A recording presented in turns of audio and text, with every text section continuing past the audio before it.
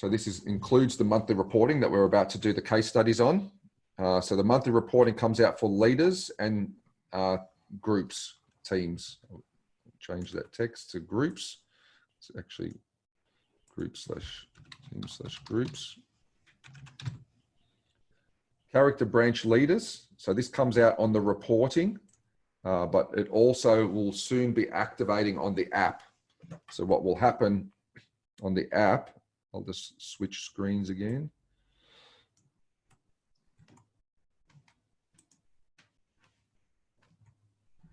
So if you go to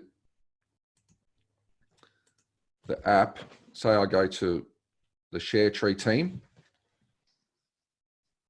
I'm going to go to the tree. If I click on, all right, I want to know who the strength leader is of the wisdom group. Yeah, so I touch that branch. That feature will soon put here who the leader is of that branch for the last 6 months. So this is very powerful for the mentorship program. Yes. People are building character. I was like, I want to grow in the space of self-discipline. So I go back to the tree. I click on the self-discipline branch. It's like, oh, Kevin Chin, the master of self-discipline. I'm going to go and learn from Kevin. Or I might click on his profile. I open up his profile. We'll say it was this guy. I can click on their profile, open up their profile, and then from there I can go into their branch and see how they exchange conversations and receive acknowledgement. It becomes autonomous mentorship. That's the model that we're moving toward. System consciousness. So our AI, and this is what I said before, I'm a big believer of AI, will now amplify connections between people. So when they buy this package, all these things turn on. So the AI will look at our team and say, hey, Stephen, you've been working in a team with Naz, but we see you haven't yet acknowledged her. Is there something authentically inspiring about Naz that you want to acknowledge? So it's going to prompt me to try and connect with the people in my team. And I might say, oh, no, not today. And then it will come up again in 2 weeks' time until one of us, it will do the same for you until one of us forms the connection. It's like, well, there's one acknowledgement comes through, and I could be in a rift with someone in the culture. I don't like someone. I don't get along with them. But all it takes is that one first acknowledgement, and it starts breaking down this ego. And that reciprocity kicks in, and the first time I might be still a bit egocentric, and I'll say, oh, that felt good. Thank you. But I still don't feel ready. I'll acknowledge someone else. But then the next time you're like, oh, you know what? They're not so bad after all. I acknowledge them, and then bang, you've got the connection forming. So that's what the system consciousness does. And so that's part of the paid feature. We give away a tremendous amount of value for nothing as a charity because we want to see the community move forward. This is the paid features when you want to enhance performance of culture. So what do you feel are the 3 core character traits of good leadership? Think by layers, if you want to keep it simple. Which 3 layers do you think are the most important for sustainable leadership of thriving cultures? They need to understand their purpose, don't they, at the core, like at the very top level. Oh, previous. Naz didn't see that, luckily. Purpose is definitely one. Yeah, what else?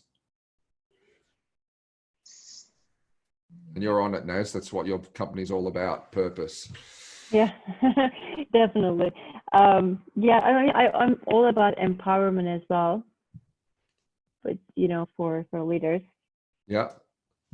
So what layer might that be? Yeah, that's what I'm looking on my other screen, which makes my life much easier.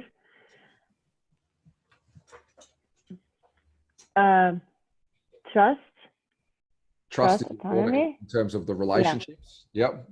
Yes.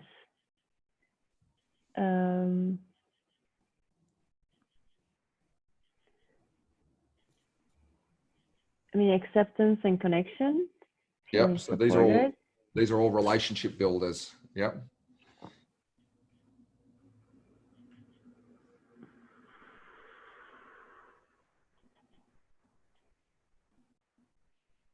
So I'm looking at the layers, right? Yeah. So Okay. I'll reveal them to you. So purpose is definitely one of the key aspects that came out, and the associated traits in that group. Wisdom. So Yeah. this is a key aspect about leadership. So what you mentioned is correct. Leaders need to have the ability to build trust and relationships through connection, but that's a trait common to all good connections. Yeah, trust and the ability to empathize and respect. That's just about relationships. So leaders need to have relationships, but what they need on top of that is a sense of purpose, a sense of wisdom, and this can be exchanged for innovation, vision, strategy, insight, anything that's in that group, and gratitude. And again, that can be exchanged for things even on the other side: service, compassion, gratitude, enthusiasm. All those things are interchangeable, but these were the traits that came out most on top for sustainable, thriving cultures. Now you can have, and I say sustainable because you can have a short-term culture. They typically are void of purpose. That's the difference. So I could have the intellect and innovation. I might have a sense of gratitude, but I can definitely create what they call an adversity culture. There's 3 types of key cultures that you can have. An adversity culture, which means you're united to fight a common adversary. Yeah. Countries use this strategy often in their propaganda. They unite the people to have a common enemy, or you unite countries together to fight a common enemy. It's been happening for years. Cultures work the same. They're just smaller versions of countries. The next culture you can have is an innovation culture.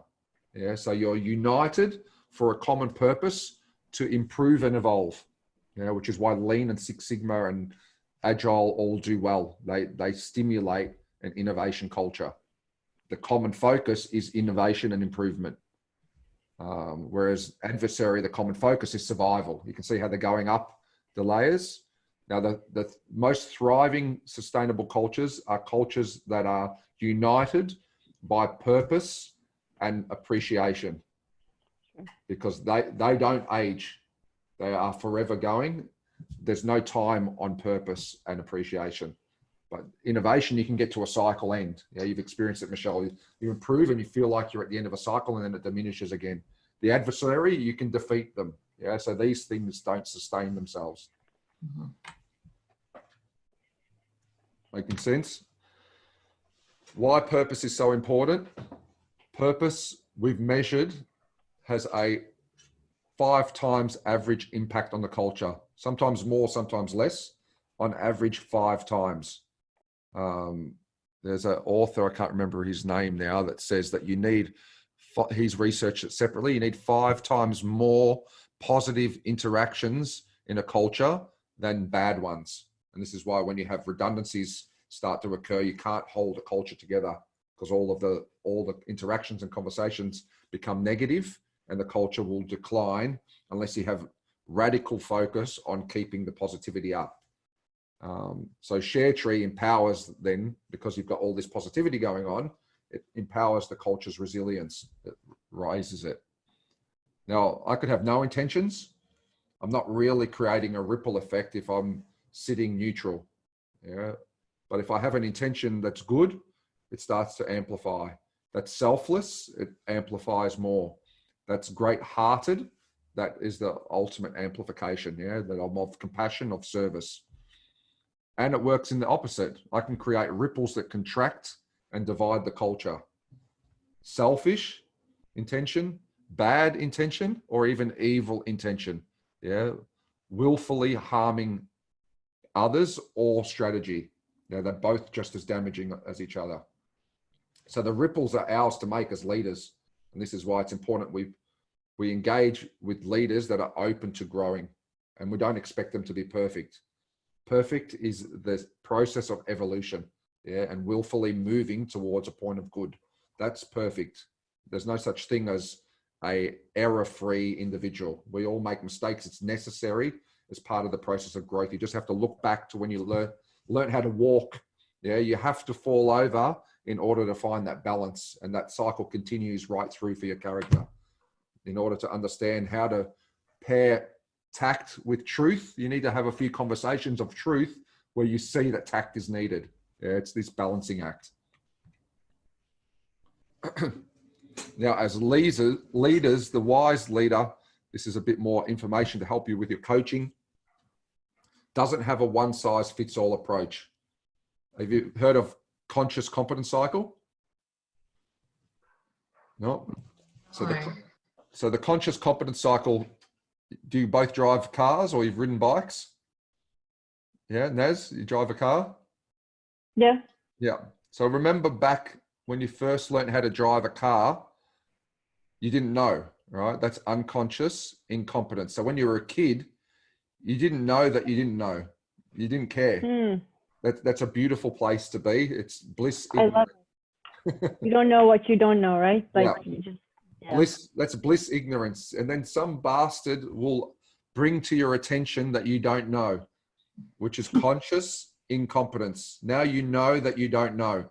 So you start becoming a teen and you see it as like, you can have a license one day. It's like, oh, can I? But you need to know how to learn how to drive.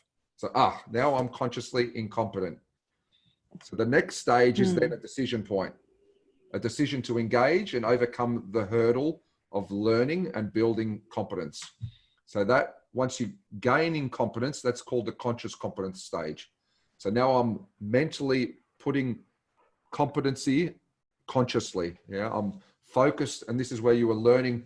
You remember when you had to change the gears if you drove a manual or turn the indicator on, and you're looking at everything. And the last place you drove, you probably don't even know how you got there, right? That's unconscious competence, that you just do it without thinking about it anymore. Yeah. So a bike's the same, becoming a culture practitioner is the same. Like any task you want to tackle, you've got to climb this hurdle. That's why it's like this. This is the peak of energy. Volume of energy and support increases as you climb the hurdle. Once you get over it, it decreases. Now you don't need effort to drive your car. It just happens. Same as culture prac. You need to put effort in to be competent. Then you will just do it autonomously, as I'm doing, showing you now. So the approach for the leader supporting team members is not a one-size-fits-all approach. It will vary based on each individual's conscious competence cycle for the task that they do. It's not right for me to say, oh, Naz is fully competent as a culture practitioner, I'll just delegate to her now. Well, no, you probably haven't had the experience of deploying for a 10,000 person company. Now I need to come back to the start of this cycle and take you through it again. Yeah, but we do it faster now because you've got a foundation. And I start by informing in the first phase, then train and teach, which is what we're doing now in this workshop, then coach and support, which is what's coming when you deploy, then delegate. And then when we see there's a new scenario, we start the cycle again. So this is effective leadership. At ShareTree, we call this competency-based leadership model. Yeah, you adjust your style based on the context, the person, and the scenario. Excellent. Ever seen it before? I've seen something like it, I guess, but I love it. Yeah, me too. So now we'll go to the reason why we're showing you that is this is when you're coaching now leaders from month to month, you want to take that into account. Yeah, adjust your style accordingly to their stage of competency with using the tools that we're about to unpack. So the leadership monthly reporting is on page 28 to 35. We'll go through it now. It's going to look at the leadership influence ratio, activity, and reach. Yeah, this is how we measure. You asked the question before, and that's how we measure leaders' engagement. This is the tool that does it. Group summary information and leading engagement. So if you have a client that's committed to a certain ROI when you scope up your culture shift program, this is the reporting that's going to tell you whether they're committed or not. So if they're not committed, we can't deliver the return on investment because that is the critical factor. And if you see these reports coming in without commitment, you need to tactfully highlight it and say, hey guys, here are the key issues. Here are the strategies for us to create shift. So let's go into that. Want to stop for a 5-minute break? Yes, please. I've just got to quickly get something to eat. My stomach's making noises. Cool. Fine. Thank you. Take a 5 minute and then we'll come back. We are slightly behind, so I'm going to push on if that's okay. Okay. Yeah. So we'll take a 5-minute break and then we'll get back. So what we're going to do now is the monthly reporting unpack exercise for leadership. All right. So we'll just move to the monthly reporting unpack case study now, page 28 to 35. So this is the report that comes out to every member of a group that is listed as an admin. If you haven't purchased the Culture Connect package, you get the preview of this report, which gives you the dashboard. So this explains the report. You can read back through it later on, but it's all the topics we've just been through. We'll go straight to the report itself, and then I'll guide you through it. So the dashboard, this top section, comes out to everyone that has the admin or ownership role of a group. Every month it gives you the collation of the report. If they buy the Culture Connect package, then it unlocks the rest of the report plus the other features we mentioned earlier. So the first part of the report is really to put front and center the purpose of the organisation, knowing how important it is. Every month it keeps reminding people of what the purpose of the organisation is, the vision of that specific group, and what their parent group is and what their primary global initiative is. So it really puts purpose first. Then it gives them the activity overview of the team, whether they're below, on, or above target to the correct activity, and we'll go through what that means. The trend, so the trend of this team's activity is up. Yeah, they're below target, but it's up. The leadership's activity is at target, and the trend is also up. Now, the report is firstly going to tell us, because we know how important group leadership is, it tells us, do we have the right characteristics for good leadership? Now, there's 3 components to that. The first component is, do we just have enough leaders? Yeah, leadership ratio. So a leadership ratio scale, you can see here, I'll zoom in a little bit.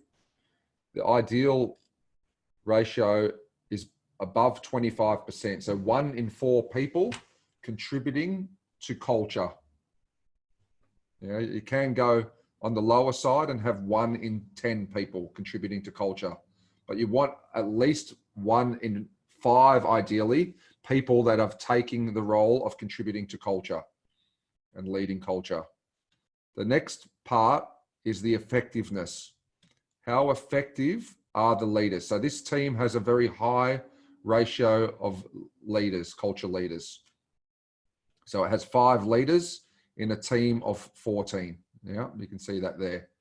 Now, the leadership effective ratio is a combination of the leadership's activity and the leadership's reach.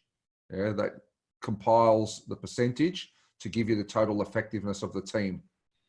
Now, the activity target, leadership activity, is effective by sending an average of 3 leaves per week to the team on average. Now, some days you might send 5 and then you don't touch it for 3 days.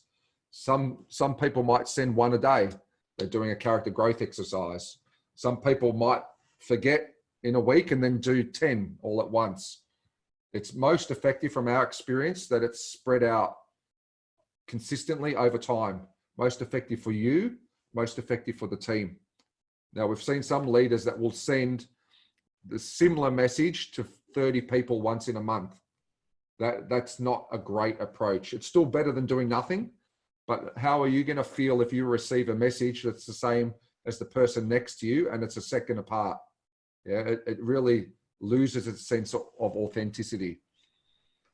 So you can see here, Jamie Ryder is at 200%. So what might that be telling you? If he's at 200% in his activity, how many leaves might he be sending on average per 6 week? Exactly, 6. So he's obviously doing a character growth exercise. You know, that's what it looks like when people on character growth exercises, because they're doing it. What's going on with the other 2 down the bottom?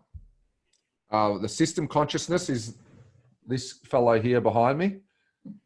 He doesn't have a relationship with the team. The other one does, though. The other one does, who is no longer with our team. So that would make sense then. So it really depends on the person or the individual. but it's, as I said before, there's no wrong or right. It's whether you fit the culture or not. So that person was in the team, but they were working with multiple teams, and their focus was elsewhere, and they end up moving on from our team. And that's a real scenario. It gives you a real insight onto what's going on and where people are heading. The next part is if I'm, I love the approach of Michelle. So I send 10 leaves a week to Michelle, and poor Naz sits on the sidelines and doesn't feel very appreciated. Yeah. So now I've got a neutral scenario. One person's fully inspired and one's demotivated. But culture's effective when you're both engaged. So this is actually more important than the activity. Reaching the team is critical, and it carries slightly more weight in the reporting profiles. So can you reach 100% of the people in the team? That might be challenging if you've got a big team. So this is why it shows you your percentage against other team members to see what is really achievable, and are you performing that to that standard. So Jamie is clearly a massive contributor to the team this month. Yeah, he's doing a character growth exercise by the looks of it.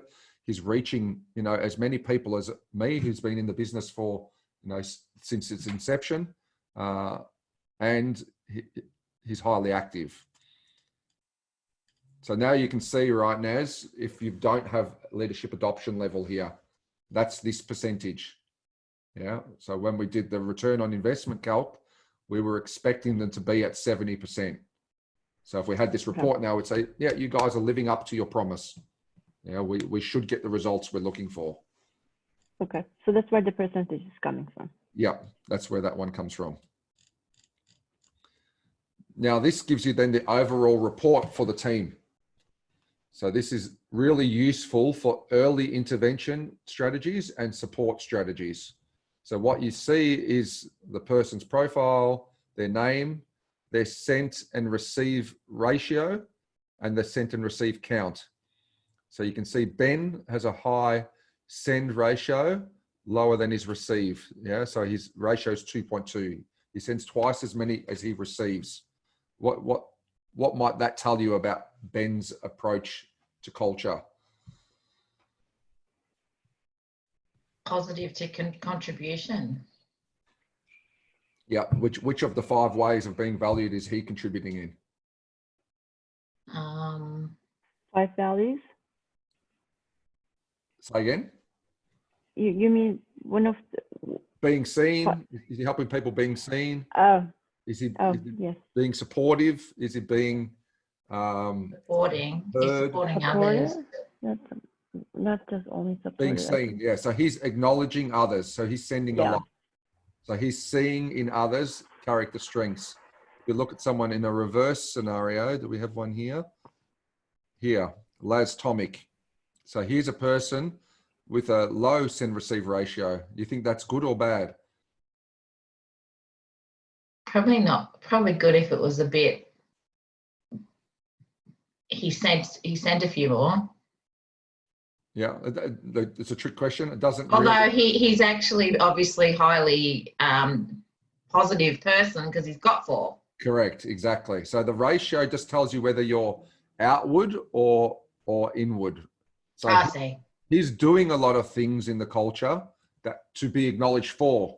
So that's being supported. Yeah. Being supportive. That's how he's contributing to the culture. Or helping people be heard. Yeah. So they're all contributors to culture, and this shows you what that person's preferred way of giving might be. Yeah. Now, if you have 0 activity, now you might have a person that's disengaged.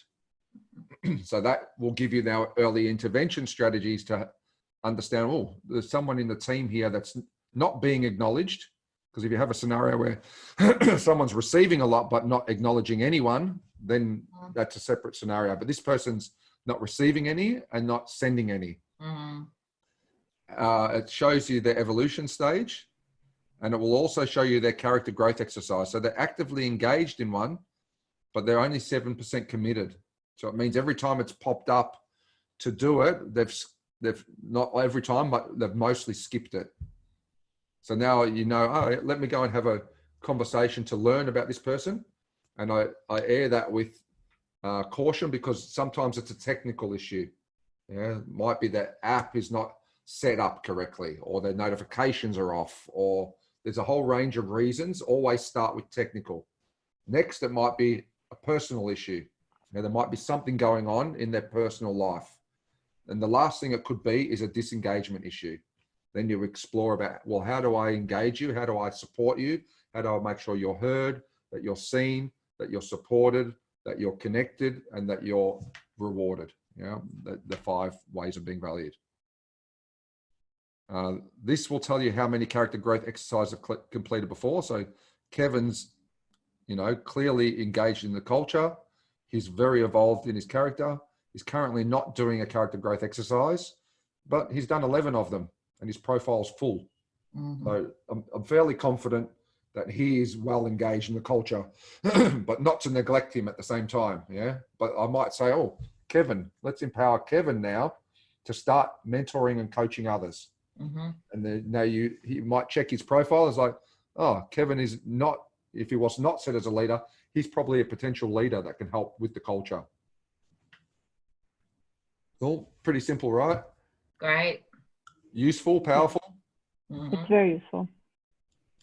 So that is it with the monthly reporting. It's pretty straightforward. So what is the team's activity like? First question. What's the team's activity like?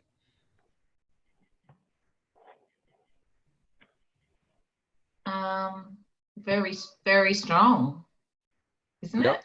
Overall, it's very strong. What about the activity to target here?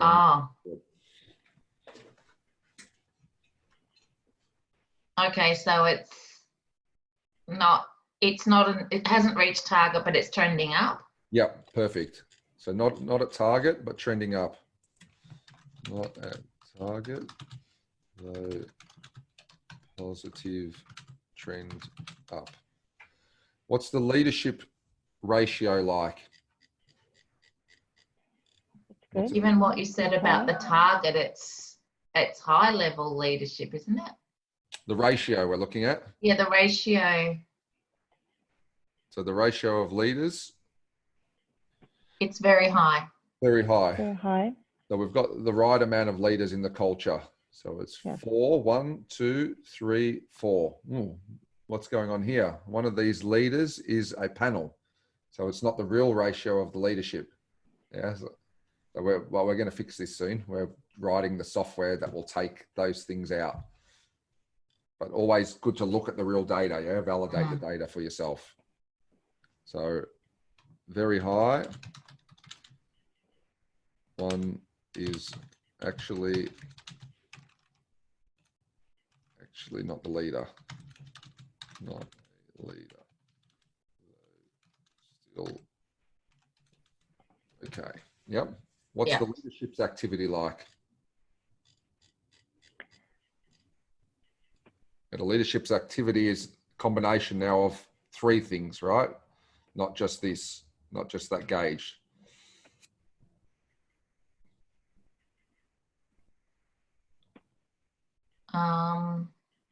So do you take the three people and kind of average them out?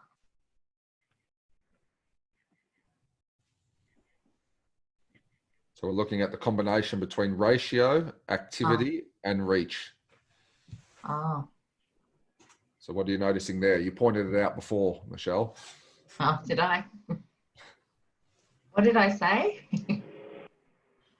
Have a look at what are you noticing with those graphs? Very high levels of effectiveness. Are they all very high? No. Yeah. They're, apart from Ken's effectiveness, you're pretty, is that 142% for you? Yeah, 142. See, that's high. That's high. So they're between very, very high and high generally. Yeah. So and then there's one who's moderate. Yeah. Good effectiveness. One person's inactive. One's moderate, one's inactive. Yeah. So that's important to know. Yeah. Yeah.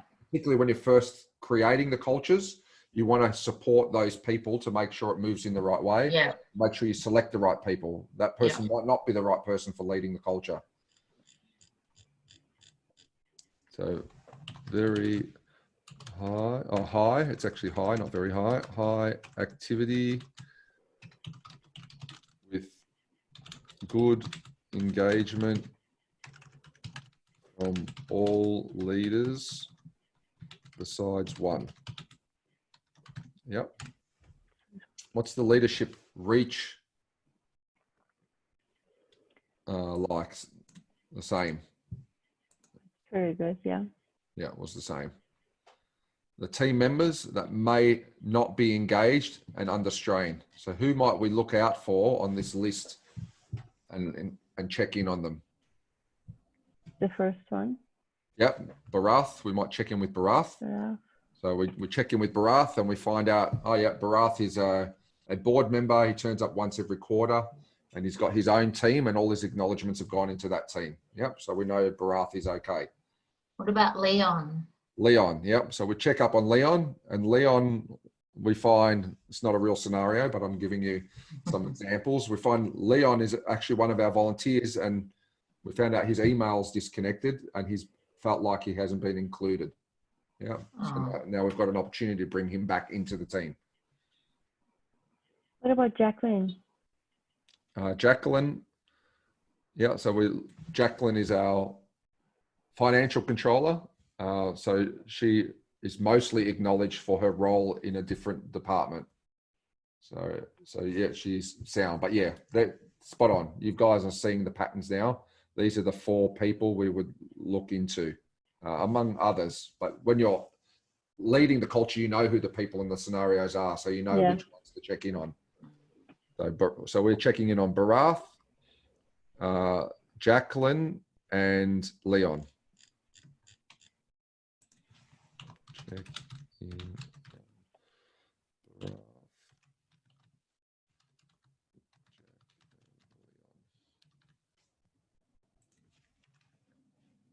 All right. Who might need support with character growth exercises? Oh yeah. The ones who are inactive? So Kevin's inactive. Will he need support? He needs to be the mentor. Yep. Right. Will Jamie Ryder need support? Oh no, he's amazing. So who might need help with character growth exercises? So commitment level's the key for that question. Jatha, yep. Jatha might need help. Yeah. And Barath, yeah, he's got this low score. And Meg. Yeah. And Meg, yeah.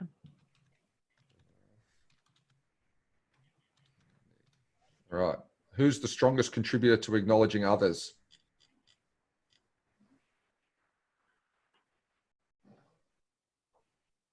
Jamie. Ben. Jamie. Oh, no, Jamie received them. Yeah, let's explore that because that's good. You. So Ben. Yeah, and Jamie. So yeah, Jamie is receiving a lot, but Ben is the strongest at acknowledging others. Yeah. Ben and Kevin. And where? Kevin.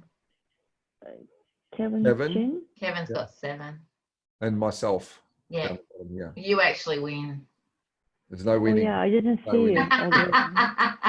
It's a month-to-month report. So it's not a competition. That's important to make sure when we seed this into teams, it doesn't become competitive. Bad terminology. Yeah, it's about authenticity. So in terms of the biggest contributors Ben and Steve. acknowledging is Ben and myself. Stephen and Ben. Yeah. So who is the strongest contributors for actions being acknowledged? So these are the people receiving. That was Jamie, yep. Jamie. And myself. And yeah. So equally important, yeah, that you give them and receive them. Because we've got one guy in our team, absolute massive contributor to the culture for all of time, even before we built ShareTree. And he rarely sends them, and he receives tons of them. And before we That's understood interesting. the 5 ways of being valued, Yeah. we would say, oh, why doesn't he contribute to the culture? That's what some of the leaders would say before we understood it all. It's like, he's a massive culture contributor. He just does so many things on a different way. Like, he's forever helping. His language is to support others. He's out there always supporting people, always giving them time and space. But he doesn't call out what he sees in others. He receives heaps of them. So they're both important. So the overall strategy for this team, what would be your overall strategy and suggestion for this team?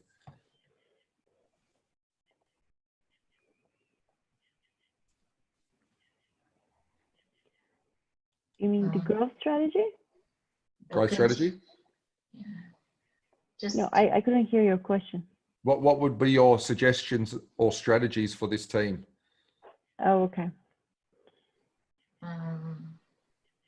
We'll be continuing the good work to continue the trend upwards in terms of the team activity. Yeah. So reminding people about the benefits of and becoming active. Some of those who are not active, Yeah. they're inactive. So probably some support for this person here. Yeah. But really maintaining what we're doing. Yeah. And exploring why the team's activity might be low, which is where we're going next. Okay. Yeah. And there's some specific people that we'll check in with to see if we can stabilize the team. So a key indicator here, I see the educate metric, there's lots of reds. So there's a lot of people not yet understanding what this is about. They're in there, they're receiving some, they're ad hoc sending a few, but they're not totally getting what it's about. And that educate metric really indicates. So the education would then continue the growth. Yeah. So that could be your focus for a month on education. Yeah, broaden the education. And also, you know, like you were mentioning, you're learning from each other as well. What would be my suggestion? You know, how you said that, you know, if your growth area is, let's say, gratitude, you can find someone who's very, very good at that and have coffee and just learn and just make sure that you work on your growth area. So Brilliant. might be some opportunities. Who might you pick? That's a brilliant suggestion. Who might you pick, Naz, out of that team that is showing signs as an upcoming leader of culture? Jamie. Jamie's already a leader. Ben? Ben, spot on. Ben. So Ben is a potential upcoming leader. And it's exactly true. Ben is one of the biggest contributors to culture that joined the team. But he needs Ben's to an emerging leader. Sorry? He needs to finish this educate, engage, empower. Yeah. He hasn't. So now how powerful would it be if you did a surprise coffee with Ben or lunch and said, hey, Ben, we just want to take the time to really acknowledge how you've adapted to this without any formal training and support. And we can see how much impact you're having on others as well. How do we support you now to complete this process in your education, engage in a community volunteering program, whatever you choose to be, and make sure that you'll become a leader of maintaining culture and show others the process. That will be huge, organic and very quick. Yeah. Yeah. And now Ben's now seeding culture as well. Yeah. And then the next leader emerges. So it becomes very self-fulfilling process where people continuously contribute to growth. Cool. Easy, right? The reporting makes it simple. Mm. Yeah.